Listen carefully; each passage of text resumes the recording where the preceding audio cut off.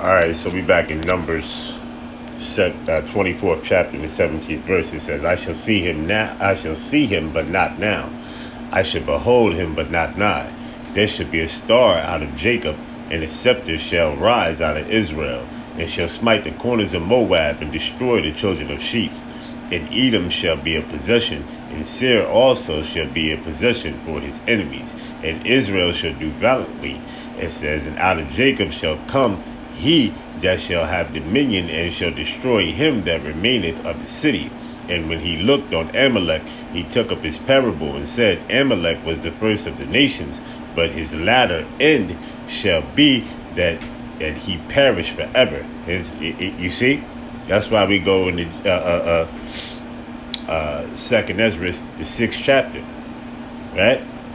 Second Ezra, the 6th chapter. You can start at the 7th verse, and you can read all the way down, maybe to about the ninth verse, maybe 9th or 10th verse. All right, and you understand that who's running this society right now? Esau, Edom, the tiny tops, Amalek. All right. Let's demand. You see, let's go back into Second Thessalonians. Second Thessalonians, the 2nd chapter, and where was we at? All right, so we'll go down to hear about the 6th verse. It says, and now you know what withholdeth that he might be revealed in his time, for the mystery of iniquity doeth already work. Only he who now letteth will let until he be taken out of the way. And then shall that wicked be revealed, whom the Lord shall consume with the spirit of his mouth, and shall destroy with the brightness of his coming. Even him whose coming is after the working of Satan, right? Shaitan, which means adversary, right? Okay?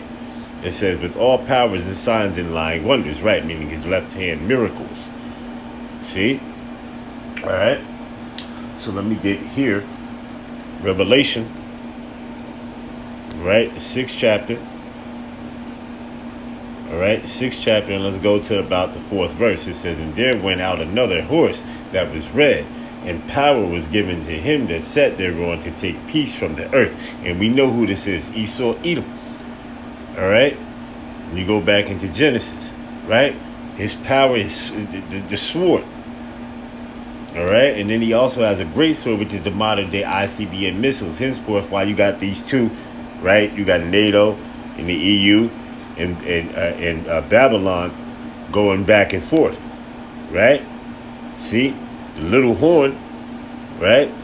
Is coming up against. Well, they're going back and forth with each other. See, Daniel, that's in the book of Daniel, right?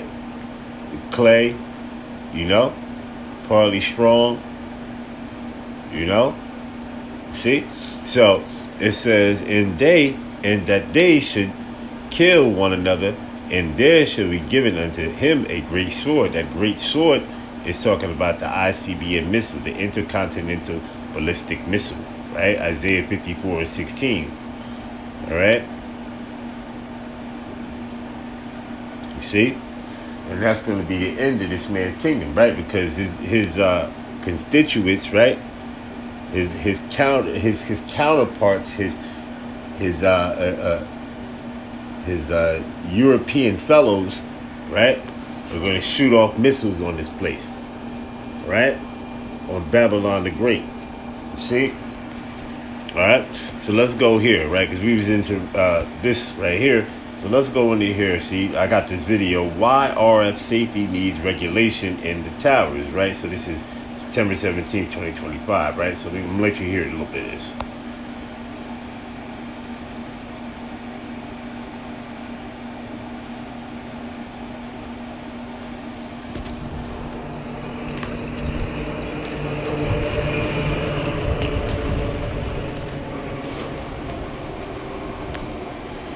I go into my doctor's office and explain to my doctor, hey, I was working up on a tower. I think I got overexposed to some RF.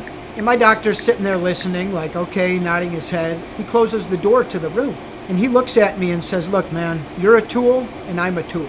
He said, there's no way you can prove this, and there's nothing else I can do for you. The Harvard Center for Ethics actually put out a report, and it was called Captured Agency. And they compared the tactics of the wireless industry to big tobacco. There's a revolving door between industry and government. OSHA has no authority over the licensees. OSHA only has authority over employers. So many years ago, I showed up to a tower site and met with the tech. See, and that's these 5G towers, right? And the next, what they got coming is is 6G. You see, DARPA's all behind this thing, right? You see what I'm saying? Engineered weapon, engineered with his what is it called? A direct energy weapon, right? Which is gamma rays, right? Which gets into ionizing radiation, right? Which under here he said that this thing had gamma rays underneath there. So once you get into that area and that field of things, you start to get into what you call ionizing radiation, right? Which create sores and burns and losses and hairs and sicknesses and so on and so forth, right? Ovid 19. What was going on during Ovid 19? All right, you see? Technician on the ground, and we came up with a plan of what work needed to be done on top of the tower. And generally, a tower is broken down into 3 sectors. It's a triangle. You'll drop or power down one sector of antennas at a time. So I got into position up on top of the tower, made a radio call to the base, to the technician, to have Alpha Sector powered down. So I got out and started working in front of these antennas. Within about 30 minutes, I started feeling uncomfortable, kind of warm, and this was a couple years into my career as a climber at the time. I didn't really know all of the effects, but I knew it kind of made you hot. I didn't really get into too many situations up until that point where I had any more effects than the heating. So I get these cables replaced that I was working on, and I get back on the tower, call down to the technician and say, okay, you can power Alpha Sector back up. Let's now power down Beta Sector. So I go down, climb underneath, hang underneath the antennas, essentially in front of them where I'm replacing these cables.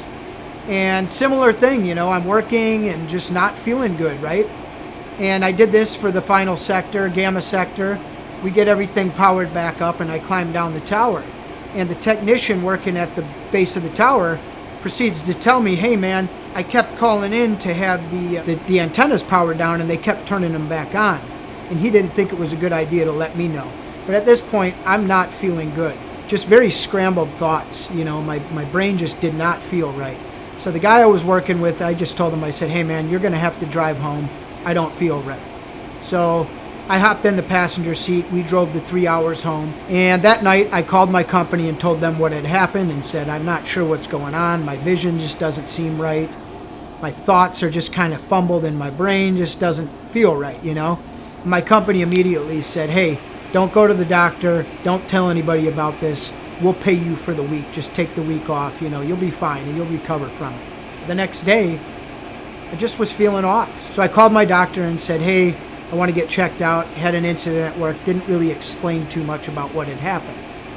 And I go into my doctor's office and explain to my doctor, I was working up on a tower. I think I got overexposed to some RF.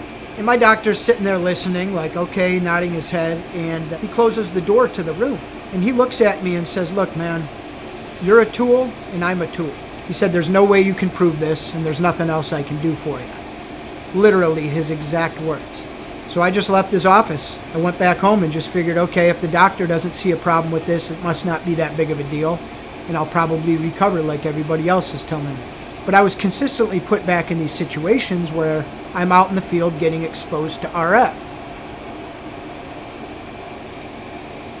Symptoms of overexposure that can happen for cell tower climbers, or if you're on a rooftop or really in close proximity to antennas, are a feeling of warmth, because radio frequency radiation can cause heat at very high levels.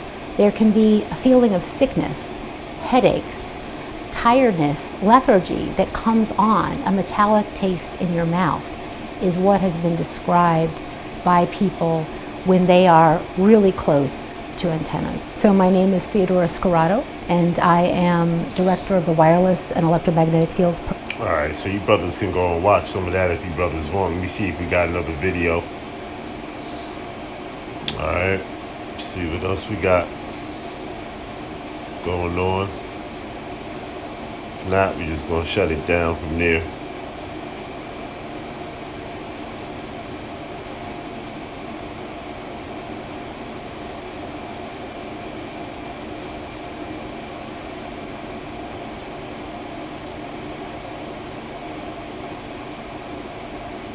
see this here.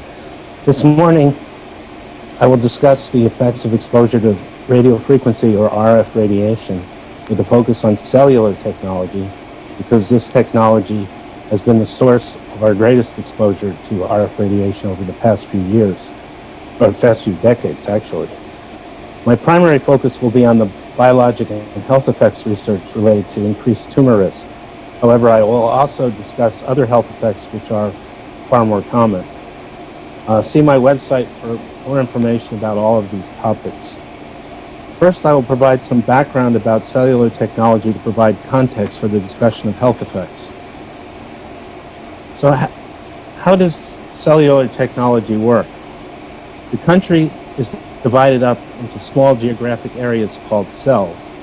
Each cell is serviced by a base station or cell tower, which transmits and receives microwaves to and from cell phones within the cell. Cell phone users connect to the nearest base station.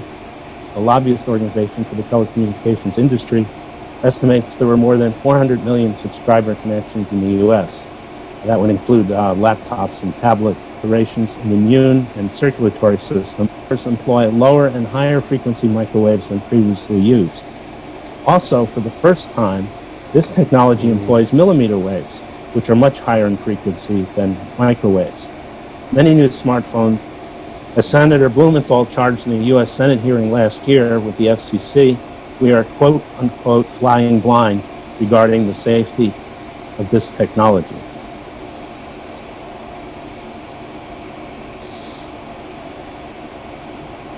Since the mid-1980s, we have seen rapid adoption of cell phones and other wireless. All right, so you brothers can go, find certain things if you want. I just wanted to bring this out, just to show you certain things, brothers. Hey, with that, I'm going to give all praises and glory and honor to Yahweh, Bahashem, Yahweh Shai, Bahashem, Abakar Quadash, and double honor to the apostles and elders of Great Millstone and Ruel. Peace and blessings and salutations to the hopeful elect.